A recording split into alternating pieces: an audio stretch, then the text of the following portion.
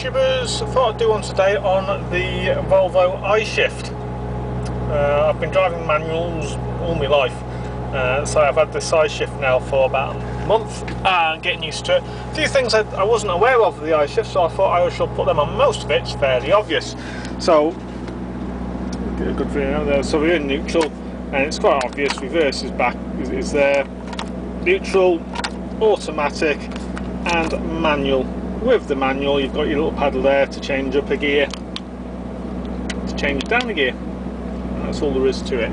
If you look on the dial, it tells you what mode you're in, and it tells you the gear number as well. So I can change up the gears. I'm in 4th, 5th, 6th. Go on. It'll work its way up. It's not doing it now, perhaps it's because we're stationary. But that's the manual gears. Okay, first thing I wasn't aware of is that when you go into reverse, just like the manual, there's 4 reverses. I never really thought about it. I used to just chuck it in reverse and go backwards. But you can see you're in reverse and you're in reverse 1. Again, using that little paddle down here to change up, I'm going to reverse 2, and there is actually reverse 3 and reverse 4, so I've got 4 speed reverses. Something I wasn't aware of when I got it. If I plonk it back in neutral, back into reverse, it goes straight back to reverse 1. So that's the first thing I wasn't aware of. The other little thing we've got is on top here. We've got a little E and a P. I wasn't too sure what that did. E is for economical, so it's doing the best miles per gallon, and the P stands for it's the power button basically.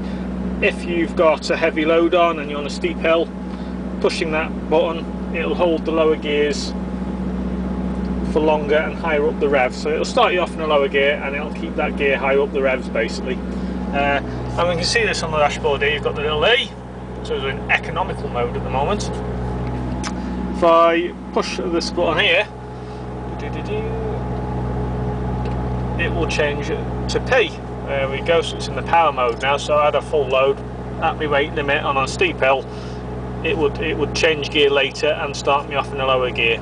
And again, I just press the E, back into economical mode again. So that's the second thing. The other little thing you might not be aware of is at the back of the gearbox. There's the gearbox. If you look down just where my thumb is, just there's a button. And what that does, that's to get you out of a bit of a pickle if there's a massive gearbox malfunction and everything stops working. If you push that button, it's like a limp to the nearest lay-by button. You can only use it 1st, 3rd and 5th. So it literally is, it'll get you off a roundabout into a lay-by or out the way. But yeah, there's that button there. Again, I wasn't aware of it until I read the manual, and I found that button there. So it's just reading the manual, it does tell you all about it. But yeah, so it's 1, 3 and 5. If you switch the ignition all the way off and then switch it back on again, it should reset itself back to normal, providing the malfunction or whatever isn't still with it. Right, so that is the Volvo I shift. So I'll do a bit of driving with it now for you. Right then, so I'm going to do work the gears. I'm just going to shove it in automatic. Switch some lights on as well. And we're going to merge with the M1, so it'll work its way all the way up the gears for you. I've got it in economical mode. I find I never really need the power mode. Don't really use it. Never felt that it's going that slowly that I need it.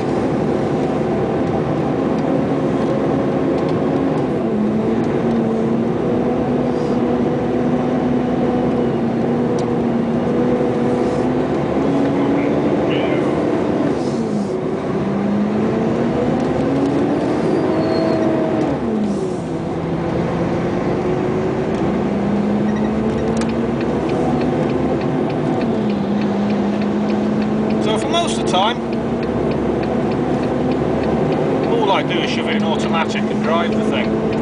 Times when I go for manual, if I'm going down a steep hill, manual's best, and then you knock it down a gear and it helps with the brake retard and the engine braking. It helps control the speed, takes a bit of pressure off the brakes as well. So I find that helps a lot, especially on a motorway. If it's a long downhill, where this road works and it's a 50, I might drop it down to 11 and it'll help me keep it at 50 rather than having to brake all the time.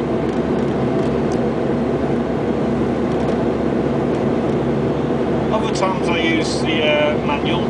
If you saw my other video on the tight farm in Yeovil, because if I've got to do a really tight turn and I'm bending it right round on itself, especially when it's fully loaded, it almost stalls itself. It's like the automatic can't cope, it doesn't change down quick enough. So I go for manual and I'll physically put it into second or first, depending on how tight it is.